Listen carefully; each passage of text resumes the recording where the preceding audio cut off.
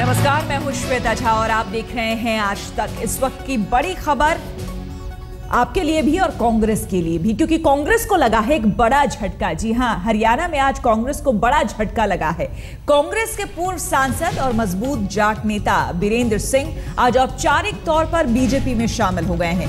हरियाणा में अपनी पहली रैली कर रहे अमित शाह के सामने बीरेंद्र पार्टी में शामिल हुए।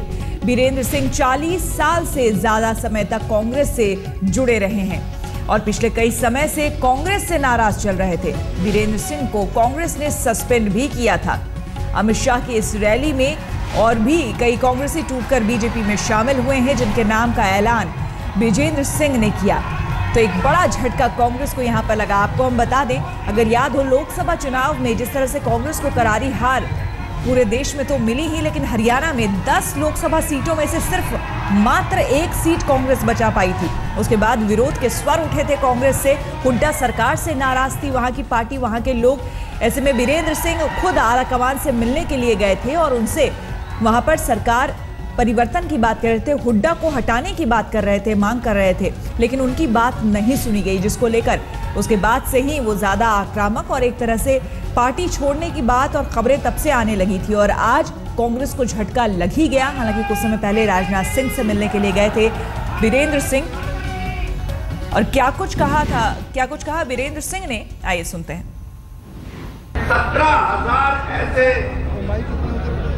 पदाधिकारी हैं, ऐसे विभिन्न संस्थाओं के जिन्होंने राजनीतिक जीवन में काम किया है और जो सालों साल कांग्रेस से जुड़े रहे। दूसरी पार्टियों के भी, इनेलो के और दूसरी पार्टियों के साथी, आप पार्टी के, बीएसपी के, इस तरीके से इस आज के प्रोग्राम में लगभग 17,000 ऐसे नाम हमने इकट्ठा किए हैं जिन्होंने कांग्रेस और दूसरी पार्टियों छोड़ के भारतीय जनता पार्टी में अपना पदार्पण किया है। और अब बात करते हैं अमित शाह की नई टीम की। जी हां, आज अमित शाह की नई टीम बन गई है। एक तरफ अमित शाह हरियाणा के जींद में बीजेपी का कुनबा बढ़ा रहे थे, तो वहीं दूसरी तरफ दिल्ली में उनकी नई टीम का ऐलान कर दिया गया है। शाह की नई टीम से वरुण गांधी की छुट्टी कर दी गई है। साथ ही इस नई टीम में संघ से 7 लोगों को जगह दी गई है। टीम बनाते वक्त उन राज्य के लोगों को तरजीह दी गई जिन राज्यों में विधानसभा चुनाव आने वाले हैं। नई लिस्ट में 9 उपाध्यक्ष बदले गए हैं और 4 महामंत्री हटाए गए हैं।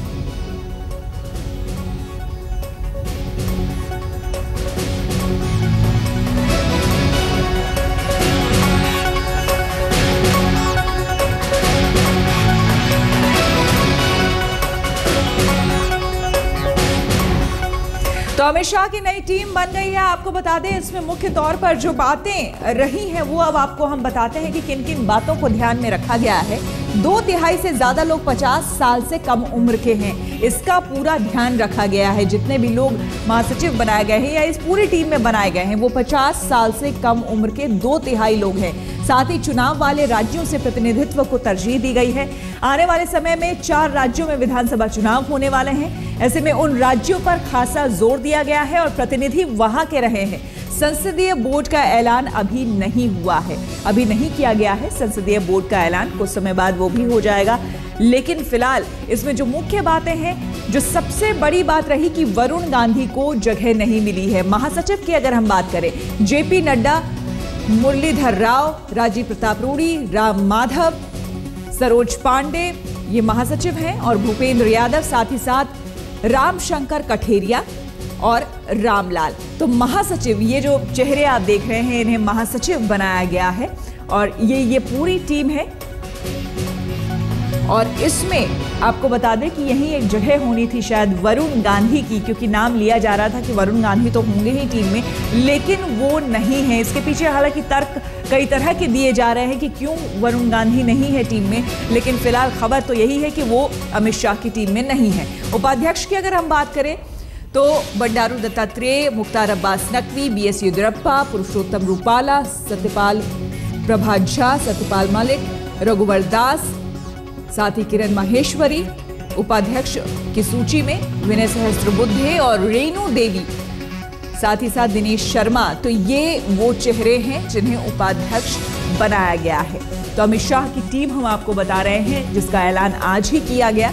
हरियाणा में एक तरफ हुंकार भर रहे हैं अमित शाह, दूसरी तरफ आज टीम का ऐलान कर दिया गया है और खास तौर पर ध्यान दिया गया है कि जिन आने वाले समय में 4 राज्यों में चुनाव हो रहे हैं वहां पर ज्यादा जोर दिया गया है, वहां से प्रतिनिधि ज्यादा लिए गए हैं इसमें, और साथ ही युवा चेहरे, युवा सोच, इस पर भी जोर दिया गया है। इसलिए 50 साल से कम उम्र के जो लोग हैं, 2/3 इस पूरी की टीम में, उसमें ये लोग हैं। अब बीजेपी की टीम, बीजेपी के जो नेता हैं और उसमें उनका क्या कुछ कहना है, प्रतिक्रियाएं क्या आ रही है, वो सुन लेते हैं। और जेपी नड्डा ने क्या कुछ कहा है वो अब सुन लेते हैं। इसमें संगठन से प्रदेशों में काम करते हुए संगठन के गढ़े हुए कार्यकर्ता, नेता, जिन्होंने प्रदेशों में अपना स्थान स्थापित किया, ऐसे लोगों को राष्ट्रीय पदाधिकारी के रूप में जगह मिली है। अधिकांश क्षेत्रों का प्रतिनिधित्व है, लगभग अधिकांश प्रदेशों के प्रतिनिधित्व इसमें है। तो सभी क्षेत्रों का रिप्रेजेंटेशन है, सभी वर्गों का रिप्रेजेंटेशन है, माइनॉरिटीज़ का रिप्रेजेंटेशन है, हमारे अनुसूचित जनजाति जाति का रिप्रेजेंटेशन है, पिछड़ा वर्ग का रिप्रेजेंटेशन है। और बीजेपी के प्रवक्ता शाहनवाज हुसैन का क्या कुछ कहना है, ये सुनते हैं। अमित शाह की नई टीम किस आधार पर बनाई गई है, किन बातों का ख्याल रखा गया है, इस बारे में बात करने के लिए हमारे साथ हैं शाहनवाज हुसैन, जिनको तीसरी बार प्रवक्ता बनाया गया है पार्टी में। शाहनवाज जी, सबसे पहले बधाई हो, खासतौर पर इसलिए क्योंकि नरेंद्र मोदी बार बार ये कह रहे हैं कि पार्टी के बारे में अब सिर्फ प्रवक्ता बात करेंगे, बहुत डिसिप्लिन से इसको लागू किया जाने वाला है। नहीं, ये सही है। नरेंद्र भाई ने शुरू से कहा है कि पार्टी का विचार रखने के लिए प्रवक्ता हैं, जिनको जो काम दिया जाए उसको वही काम करना है। तो अभी जो टीम बनी है उसमें सबका ध्यान रखा गया है, सब राज्यों का ध्यान रखा गया है, समाज के हर वर्ग का ध्यान रखा गया है। अमित भाई ने बहुत अच्छी टीम बनाई है। मुझको फिर से तीसरी बार प्रवक्ता पार्टी ने बनाया, इसलिए मैं पार्टी का और अमित भाई का बहुत शुक्रगुजार हूँ।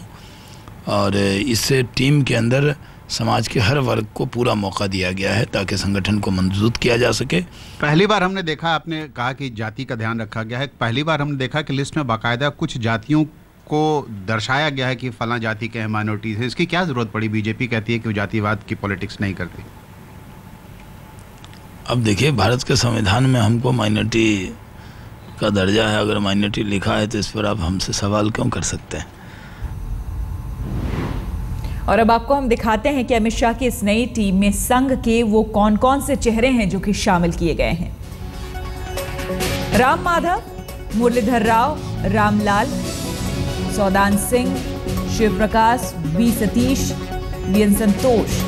तो ये वो चेहरे हैं, 7 चेहरे जो कि शामिल किए गए हैं। संघ के वो 7 चेहरे हैं जो शामिल किए गए हैं अमित शाह की नई टीम में। हालांकि संघ हमेशा से कहता रहा है कि बीजेपी के जो फैसले होते हैं या एनडीए के फैसले, उससे वो अलग रहता रहा है।